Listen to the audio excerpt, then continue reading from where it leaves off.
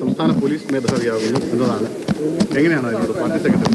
Government യഥാർത്ഥത്തിൽ അവരിൽ നിക്ഷിപ്തമായ central ഗവൺമെൻറ്റിൻ്റെ ഭാഗമായിട്ട് നൽകുന്ന ലിസ്റ്റിൽ നിന്നും 3 ആളുടെ ലിസ്റ്റാണ്. ആ ലിസ്റ്റിൽ നിന്നും ഗവൺമെൻറ്റാണ് ഇപ്പോഴും തീരുമാനിച്ചിട്ടുള്ളത്. ആ തീരുമാനത്തിന് സാങ്കേതികമായ എന്തെങ്കിലും തടസ്സം ആരും ഉന്നയിച്ചിട്ടില്ല. പിന്നെ ആരോപണമായിട്ട് ഉന്നയിക്കുന്നത് അദ്ദേഹം കൂത്തുപറമ്പ് വെടിവെപ്പുമായിട്ട് ബന്ധപ്പെട്ട സന്ദർഭത്തിൽ ഇവിടെ ഉണ്ടായിരുന്ന ഒരാളാണെന്നാണ്.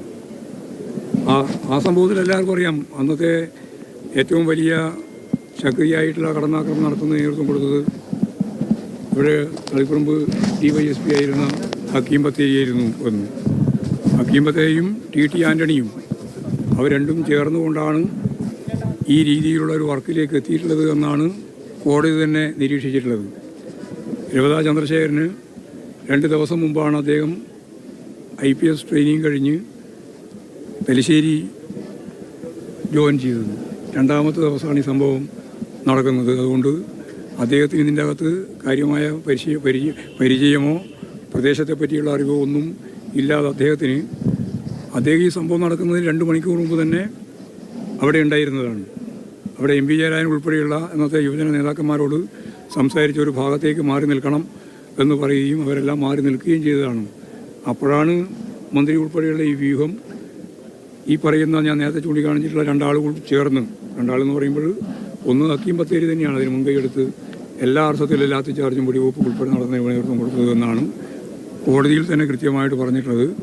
കോടതിയിൽ നിന്ന് ഒരു ഘട്ടം കഴിഞ്ഞപ്പോൾ ഇദ്ദേഹത്തെ ഒഴിവാക്കുക ചെയ്ത കോടതി. കാരണം ഇദ്ദേഹത്തിൻ്റെ മേലെ ഒരു കുറ്റവും ചുമത്താൻ സാധിക്കുന്നതല്ല എന്ന അന്വേഷണ കമ്മീഷൻ റിപ്പോർട്ടുണ്ടായിരുന്നു. ഏറ്റവും പ്രധാനപ്പെട്ട ഡിസ്ട്രിക്ട് ജഡ്ജി തന്നെ അന്വേഷിച്ച അന്വേഷണ കമ്മീഷൻ റിപ്പോർട്ടിൻ്റെ ഭാഗമായിട്ട് അദ്ദേഹത്തിനെ ഒഴിവാക്കുന്ന നിലയാണ് യഥാർത്ഥത്തിൽ സ്വീകരിച്ചത്. അതുകൊണ്ട് പ്രതിയാക്കപ്പെട്ടു എന്നുള്ളത് കൊണ്ട് അതിൻ്റെ തുടർച്ചയുള്ള ഈ കാര്യങ്ങളൊന്നും മനസ്സിലാക്കാതെ ആരോപണപരമായിട്ട് മാത്രം ഉന്നയിക്കുന്നതിൽ പ്രശ്നമില്ല.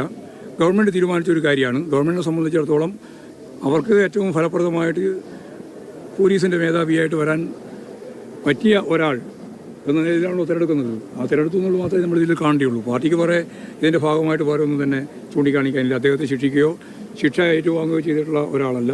പ്രതിസ്ഥാനത്ത് തന്നെ പിന്നീട് ഒഴിവാക്കപ്പെട്ട, കോടതി തന്നെ ഇടപെട്ട് ഒഴിവാക്കപ്പെട്ടിട്ടുള്ള ഒരാളാണ്. പിന്നീട് അദ്ദേഹം ഇവിടെ കേരളത്തിലും ഇന്ത്യയിലും ഒക്കെ തന്നെ സർവീസിൻ്റെ ഭാഗമായിട്ട് തുടർന്നുകൊണ്ടിരിക്കുകയും ചെയ്യുന്നു എന്നുള്ളതാണ് സംബന്ധിച്ച് ചൂണ്ടിക്കാണിക്കാനുള്ള കാര്യം. 97 ഇടതുമുന്നണി സർക്കാർ തന്നെ നിയോഗിച്ച പത്മനാഭൻ റിപ്പോർട്ട് അദ്ദേഹം കുറ്റക്കാരനാണ് എന്ന് കണ്ടെത്തിയിരുന്നു.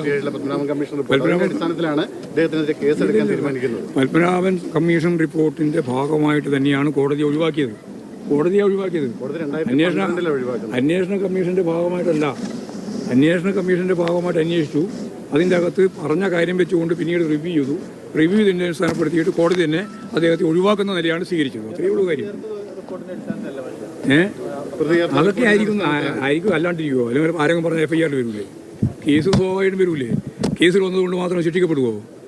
കേസിൻ്റെ ഭാഗമായിട്ട് വന്നു. അത് പിന്നീട് കോടതി പരിശോധിച്ചപ്പോൾ ഇദ്ദേഹത്തെ ചേർക്കുന്നതിൽ കാര്യമില്ല എന്ന് കോടതി തന്നെ കണ്ടു, ഒഴിവാക്കി. അതാണ്ടായേ സംഭവം.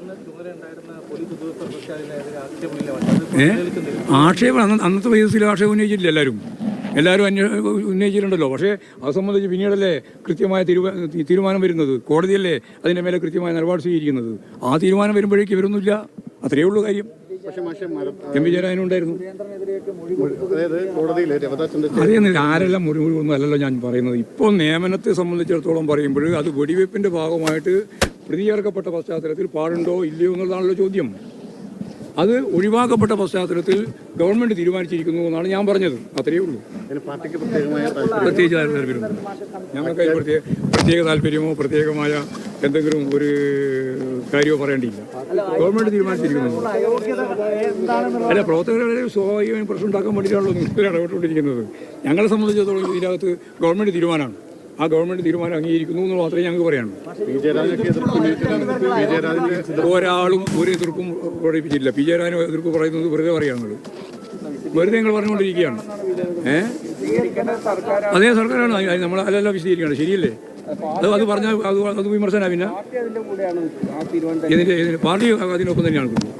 അതിൽ ഒരു സംശയമില്ല. ഒരു സംശയമില്ല.